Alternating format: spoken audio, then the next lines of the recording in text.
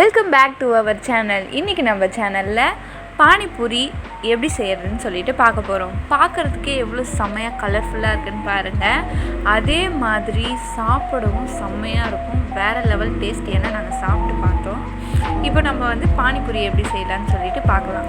முதல்ல உருளைக்கிழங்கு எடுத்துக்கோங்க. நல்லா குக்கரில் போட்டு நல்லா வேக வச்சுக்கோங்க. ஒரு 4 to 5 விசில். உங்களுக்கு எப்படி உங்கள் குக்கரில் எத்தனை விசில் வரும் தெரியல, ஆனால் உருளைக்கிழங்கு வெந்த உடனே எடுத்து வச்சுக்கோங்க. இப்போ அதை தனியாக எடுத்து வச்சுக்கோங்க.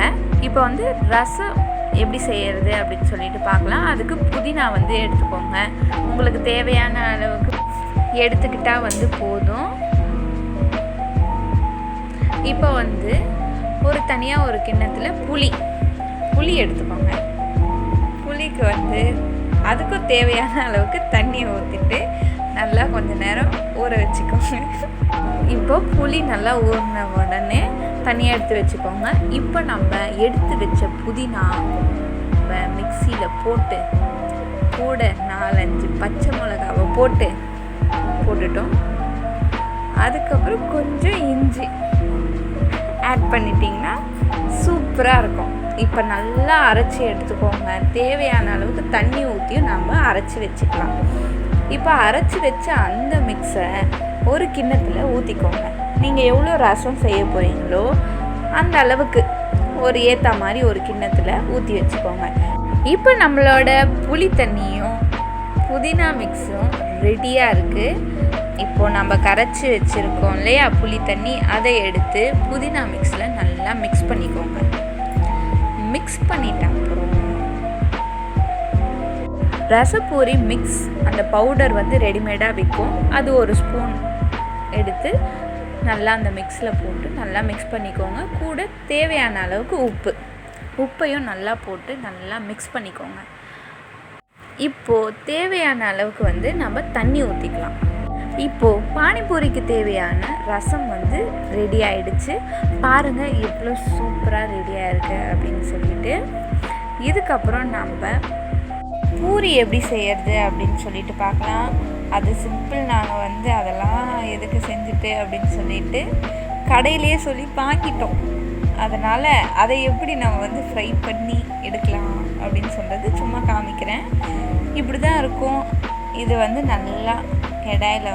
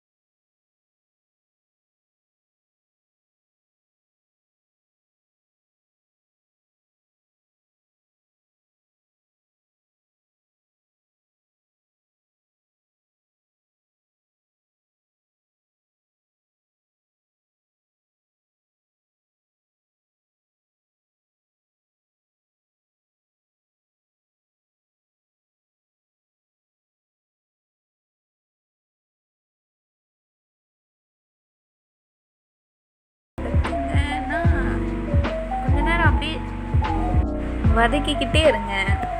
அதுக்கப்புறம் என்ன போட போகிறோம்னா, என்னது அது ஏதோ சொல்லுவாங்க, சில்லி பவுடர், கரம் மசாலா, கூட கொஞ்சம் மஞ்சள் சேர்த்துக்கோங்க. இதான் இப்போ இதை நல்லா சேர்த்துக்கிட்டு நல்லா மிக்ஸ் பண்ணிக்கோங்க. எனக்கு சமையலே பிடிச்சது அந்த அதாங்க கண்டுபிடிச்சிட்டேன், வதக்கிறது. எனக்கு அதாங்க ரொம்ப பிடிக்கும். இப்போ கொஞ்சம் உப்பு சேர்த்துக்கலாம். தேவையான அளவுக்கு சேர்த்துக்கிட்டா போதும். கொஞ்சம் உப்பு சேர்த்துட்டு அதே மாதிரி நல்லா வதக்கிக்கோங்க. அது அப்படியே கொஞ்ச நேரம் அப்படியே வதக்கிக்கிட்டே இருங்க. அதுக்கப்புறம் புதினா அது சேர்த்துக்கிட்டிங்கன்னா சாப்பிடவும் அந்த டேஸ்ட்டும் வேறு லெவலில் இருக்கும். இப்போ புதினாவும் சேர்த்துக்கிட்டோம். அதுக்கப்புறம் கொஞ்சம் கேரட் அதை நல்லா துருவி வச்சுக்கிட்டா நல்லா.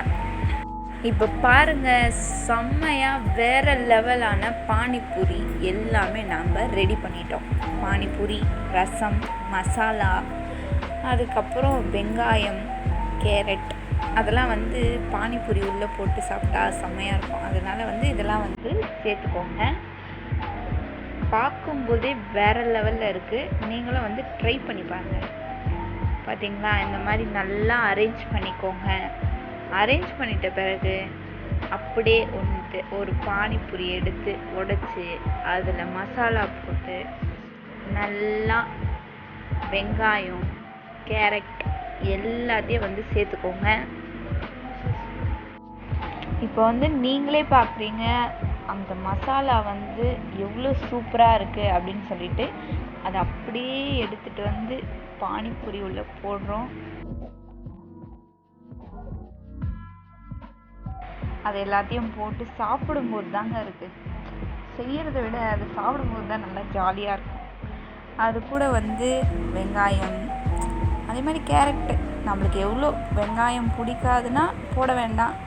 நான் எல்லாத்தையும் போட்டு சாப்பிடுவேன். அதனால் எல்லாமே போட்டுக்கிறேன்.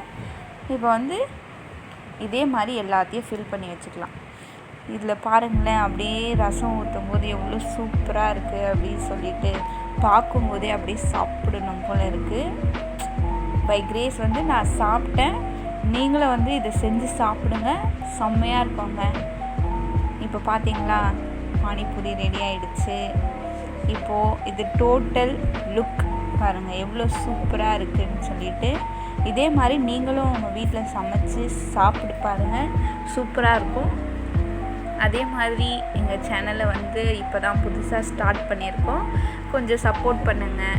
Thank you guys.